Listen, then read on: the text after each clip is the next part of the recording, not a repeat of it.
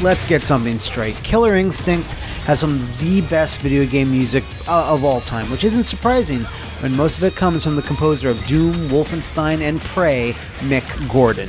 Now, while a bunch of you may already know that, there's over 26 characters spread out over 3 seasons of Killer Instinct, so how do all those themes stack up? Join me as I try to accomplish the impossible by narrowing it down to my top 10 KI theme songs.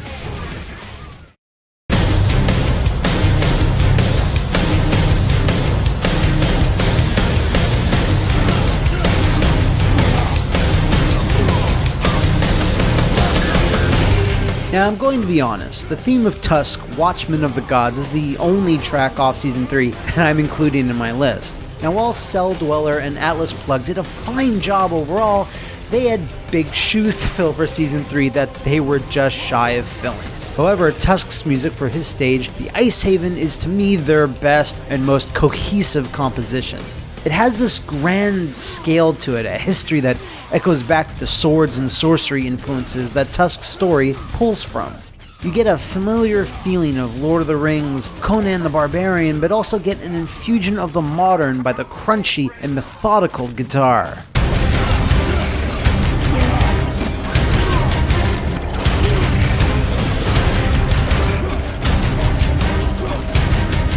One of the track's best qualities is its pacing and escalation, as it continually layers more elements on top of each other as it progresses. One of these highlights being that Nordic choir that chants along with the ever-increasing tempo of the song that gives it this authentic, ancient feel.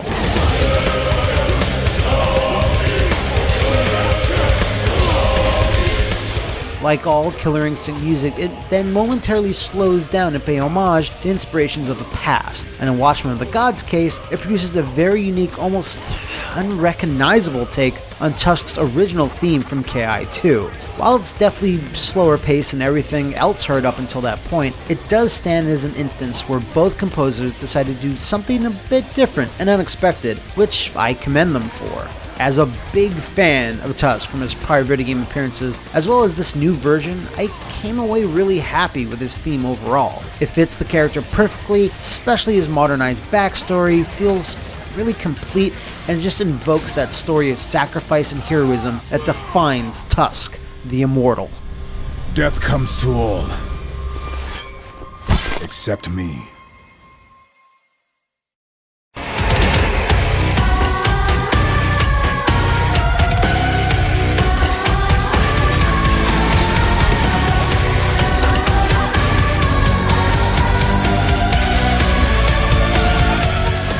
Now, Hisako is my girl, and I'll admit it that I'm a bit biased towards her, but at the same time, I wish I could place her theme, The Village of Whispers, much higher on this list.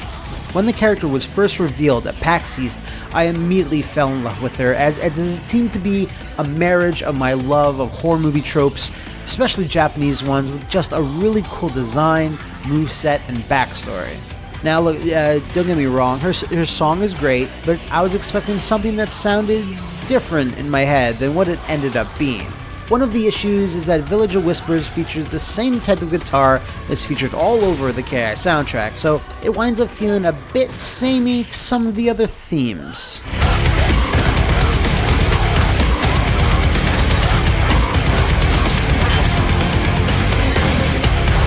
Due to her ghostly nature, I always envisioned a slower paced thing that featured more traditional Japanese string instruments like a koto or a shamisen, but that familiar guitar is just used instead.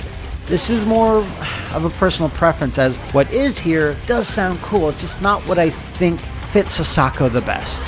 However, what does fit is the haunting Japanese lyrics, which are almost abstract in their basic form and function. It's like trying to invoke the emotions that linger around Hisako's shrine.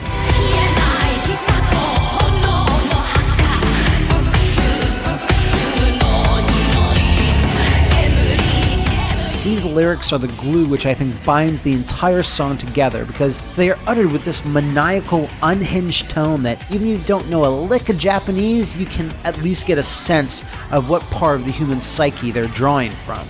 Additionally, with Village of Whispers being Hisako's song, a new character to KI, it also has to tackle the problem what to do when it slows down and pay audio tribute to things of the past. In Hisako's case, what could be better than a group of deranged sounding Japanese children mimicking the original KI main theme?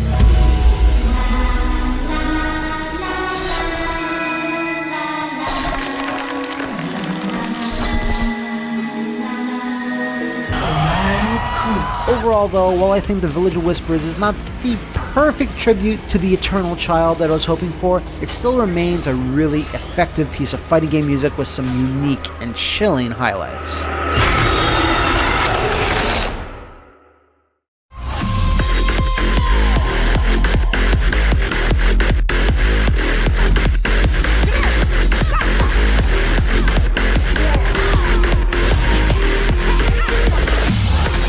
Maya's original KI2 theme music is a product of its time, featuring many audio cues taken from 1001 Jungle Sound Effects CDs, several of which will be familiar to you if you happen to be a fan of DK Jams. As such, it's still cheesy good fun, but Maya has taken on a more serious and warrior-like persona in the new KI, and her theme, Temperance and Vengeance, reflects that. It starts off fairly slow before a thrilling female war cry announces the true start of this track, and very quickly jumps into a head-thrashing jungle beat, complete with a choir that does nothing less than rouse the spirit.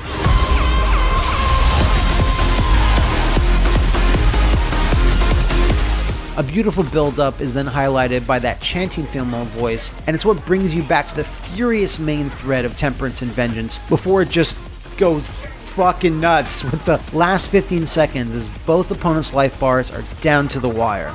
This is so much more than Maya's old theme. It somehow manages to encapsulate everything about the character as well. Those aforementioned jungle sound effects even get their time to shine, because as the track fades, you can hear a wave of simian yelping as the song finally dissipates the silence. Make sure to listen to the official OST version of this theme, as it's a far more elaborate composition than the game version, but both are awesome regardless. You're not worthy prey. Awesome victory!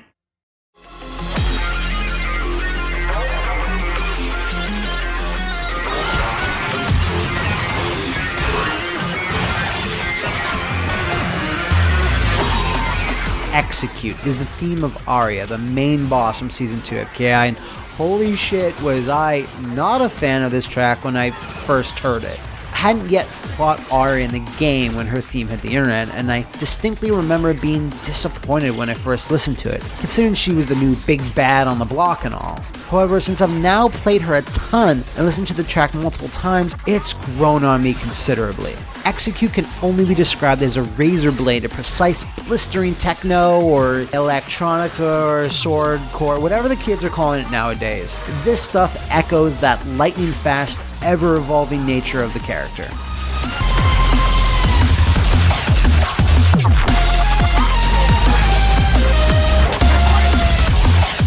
The main hook of the track is the really smart usage of the KI theme interwoven throughout, but this time modulated and mixed several times over to fit in with Aria's sophisticated AI backstory and added importance as the final boss. It's also doubly appropriate as it's one of the few tracks that harkens back to some of the older KI game roots in techno and dance music. Of course, it eventually spirals down to a real slow burn, which then builds back up with electronic bassy waves before just melting your face off with its conclusion. Not very typical for final boss music by most standards, but it's really potent, even fits her stage, the pinnacle, like a nano-fibered glove. The world cannot rely on you. Supreme victory!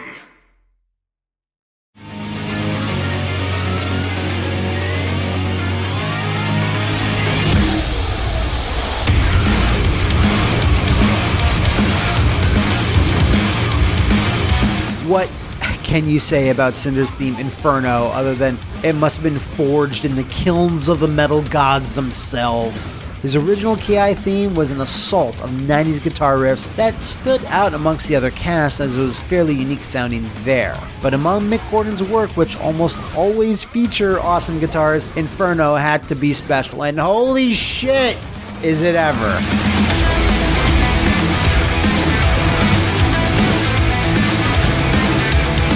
Much like his original track, Inferno is a non-stop barrage of axe work that rarely gives you a chance to catch your breath, but of course now has the polish of modern engineering and sound mixing.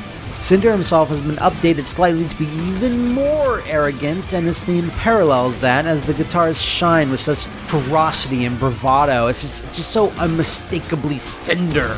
Not to be outdone, and to balance out the track, a serene and beautiful solo breaks up the action that has an air of Satriani magic to it. I was shocked to learn afterwards that regular intro contributor Little V Mills was responsible for it. Just awesome work, dude.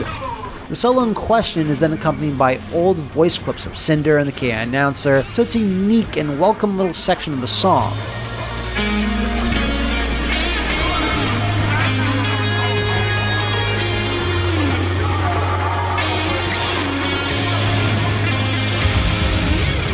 Not before long, though, that little interlude bleeds right back into the shredding. And while almost all KI tracks feature amazing escalations leading up to the danger portion of matches, few compare to Inferno's Tengen Topid Gurren Lagann levels of raising the bar as the track just goes supernova before fading off into the sky like a dying star.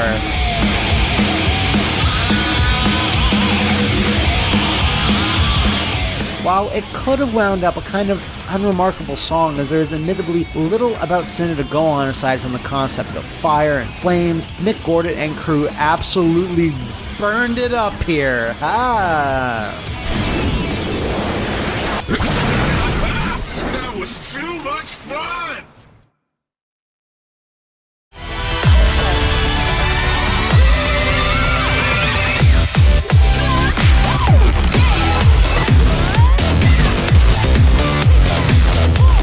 Black Orchid is one of my favorite characters in fighting games, and while I still don't agree with every change she went through in the new KI, especially when it comes to her backstory and personality, one thing remained the same: she has a kick-ass, infectious theme. The subtly named Touch Me and I'll Break Your Face owes a lot to Orchid's older songs from original Killer Instincts, as it's a very danceable club track featuring fun lyrics, a thumping beat, and lots of little send-ups to her 90s soundscape.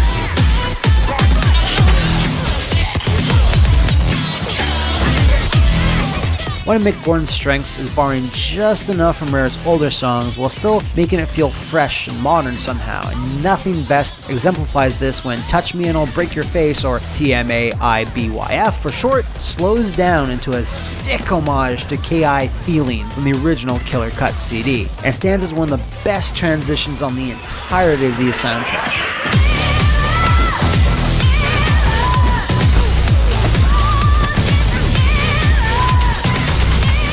This is also one of those early tracks off the very first season of KI that made me stand up and just take notice of Mick's work. It's so bouncy, catchy, and filled with this indescribable energy that just perfectly fits fighting games, as well as standing on its own as a piece of music.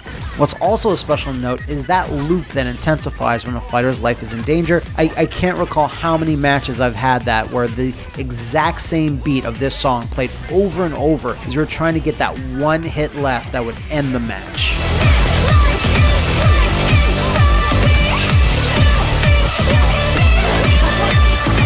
Lyrically, Orchid's theme somehow also straddles that fine line of fighting game sensibilities and characterization while still being structurally sound. With so many things going on with Orchid, her theme could have easily been a mess, but it wound up sounding so cohesive and perfectly fits the character.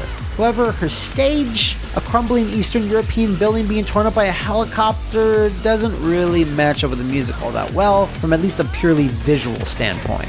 That's a nitpick though, because at the end of the day, it's still impossible to not shake your head and sing along with unadulterated joy to Orchid's theme, lest your face get broken. Awesome victory!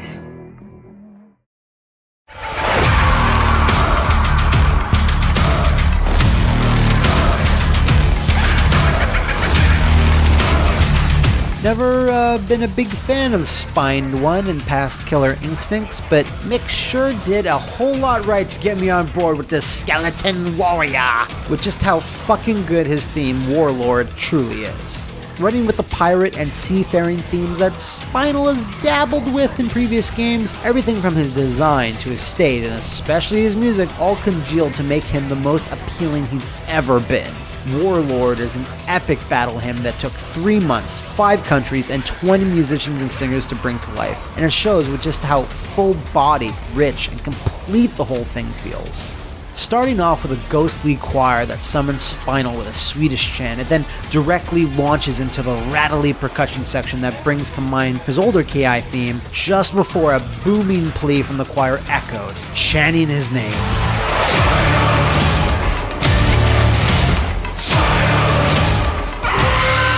Things get slower and quieter as the chanting begins anew, buoyed by the usage of the kangling flute, a horn-like instrument that's actually made out of human leg bone, which is a little on the nose for being in Spinal song, but awesome nonetheless. While old Spiny has received a lot of upgrades from the last game, his song falls right in line with his overhauled gameplay, never feeling too fast for the ancient warrior, but having that right amount of push and pull like a ship swaying one way to another.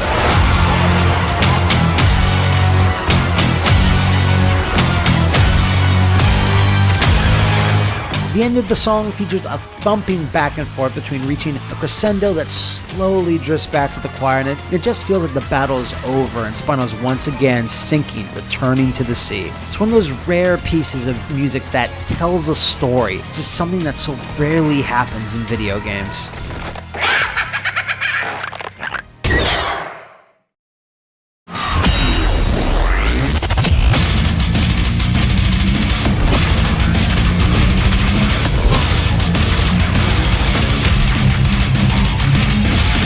Type 03 is Fulgore's theme, and it presents a tough nut to crack, as it has to stand apart from the insane guitars of Cinder's Inferno, and Fulgore has less going on thematically than the other technologically derived fighter on the cast, Aria.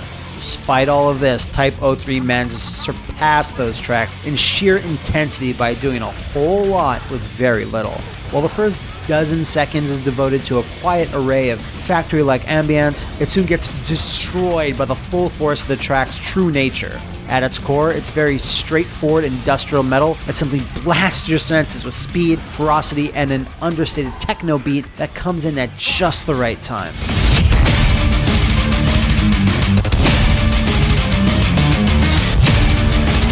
The air raid, rave, siren thing that prevailed through Fulgore's original theme in the first KI is used here sporadically to pretty good effect. Again, bits of the past are used when needed, so the song doesn't exclusively rely on it like a crutch. This then leads to the more mellow part of Type 03, and it's the only moment of respite you'll get from the blistering pace of what the bulk of the song throws at your ears.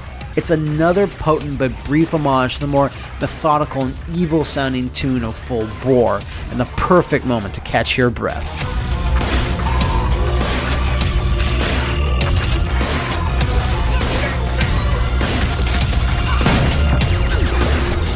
It all eventually reaches a boiling point where, just like Fulgore's stage itself, things go into overdrive as the haunting machine-like wailing featured throughout closes out the song in such a brutal fashion.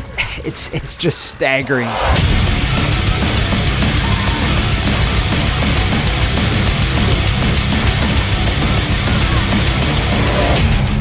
Fulgore is a remorseless killing machine, so it's a pretty simple character overall, and the song could wound up a dull affair because of it, but the sheer intensity and speed layered with nuances borrowed from the past make it so much more dynamic than I thought it'd be. If you want to thrash and just let out some aggression, you can't go wrong with Type 03.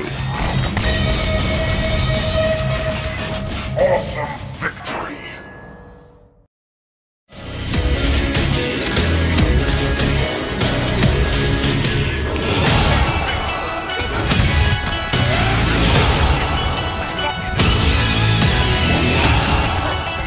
Okay, this is kind of tricky, as I absolutely adore both Jago and Omen's theme song, but one is a remix of the other, and I can't really decide which I love more. So both of them are taking the spot at number 2, and it was not an easy choice. I've had a love-hate relationship with Jago throughout the years because as a kid, I didn't gravitate towards him at all for some reason, which makes no sense when I think about it because he's a cool ninja/warrior monk guy. It makes no sense. In the new KI though, they did just about everything they could to flesh him out while still retaining that core of the character, that Ryu archetype, that they're just trying to find themselves through the art of battle. Wanting to battle is certainly something you'll be doing during Jago's theme, the Tiger Warrior. Jago's had relatively simple themes in the past, but this time it brings in instruments and techniques found in and around Tibet and Asia and uses them for maximum effect, like throat singing performed by Mick himself and a high-pitched shamisen and woodblock percussion.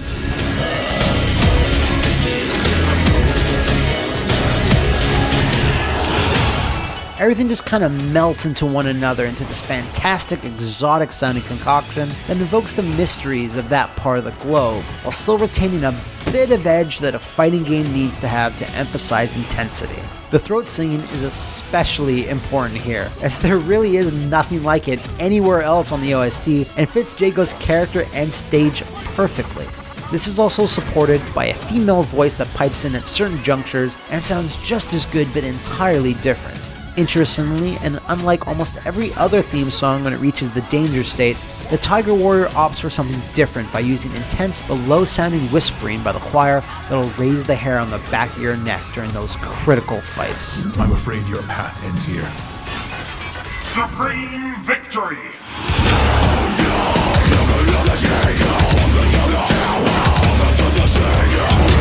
Omen is the personification of Gargos' evil and festered in Jago's body until it birthed something else entirely. So logically, Omen borrows some aspects of Jago's personality and fighting style. As such, his theme, Herald of Gargos, is a corruption of the Tiger Warrior and boils down to a much more furious and malevolent sounding track. Featuring some amazing Cookie Monster-esque metal screaming and a much increased tempo, Herald of Gargos slams you in the face right out of the gate, but still features the mystic underpinnings from Jago's theme, most notably the female vocalist.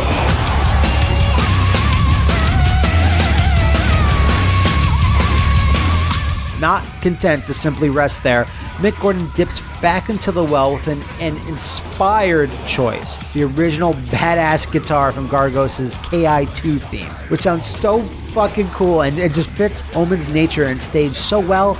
It's just such a nostalgic little nod that makes perfect sense concerning the origin of the character and helps the track feel more distinct from the Tiger Warrior.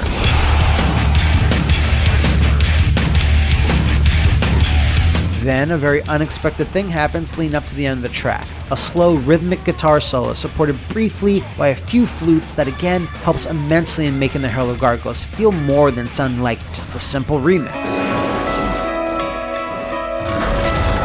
Bow before the Herald of Gargos. Both Jago and Omen's themes have a lot of shared elements, but the fact that both exist actually makes them stand out even more, as one helps you appreciate the subtleties of the other.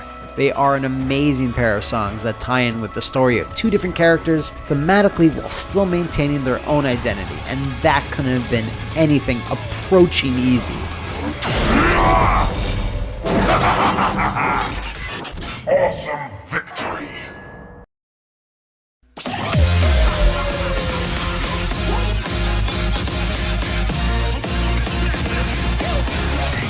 Come on!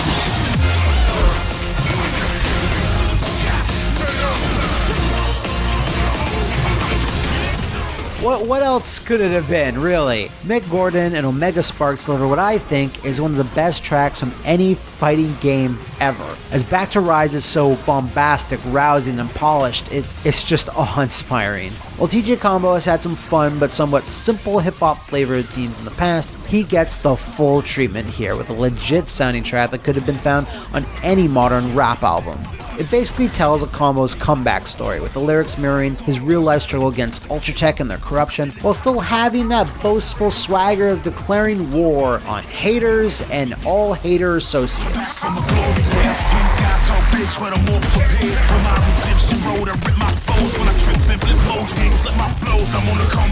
you know you're in for a treat when the first thing you hear is the sound of a tape being loaded into a boombox, and that sets the stage as the Mega Spark starts spitting and the amazing chorus starts up.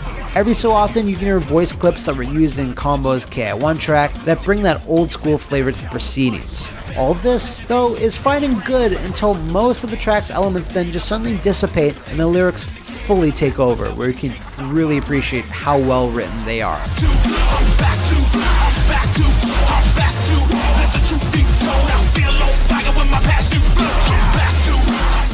But nothing compares to what happens next, because while it's relatively hidden in the game as both fighters can't move for a long period of time, the official OST version of Back to Rise makes sure to highlight the transformation into Combo's KI2 theme in such a fresh and exciting way. I get goosebumps legit every time I hear this.